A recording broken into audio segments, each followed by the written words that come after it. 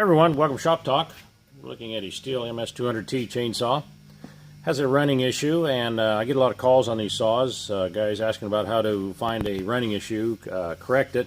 A lot of times the guys zero in on the fuel lines and the carburetors, which could be, but to really check these properly, you need a good pressure vacuum gauge and some block-offs to block off the block and the intake.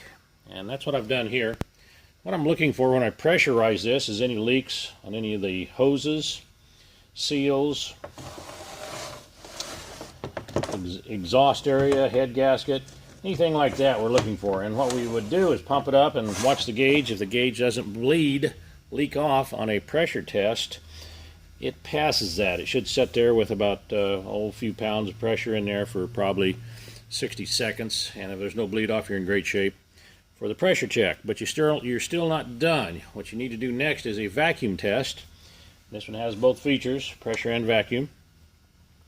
And what you're doing on a vacuum test is you're really checking the components of the seals. This is not the correct seal in this saw, but it's a good example. You've got the rubber lips, and when you pressurize that, you are pushing the seal out, and when you vacuum test it, you're pulling them in, and you are actually flexing those seals, checking for any leaks. And I'll pressurize this and we'll show you here.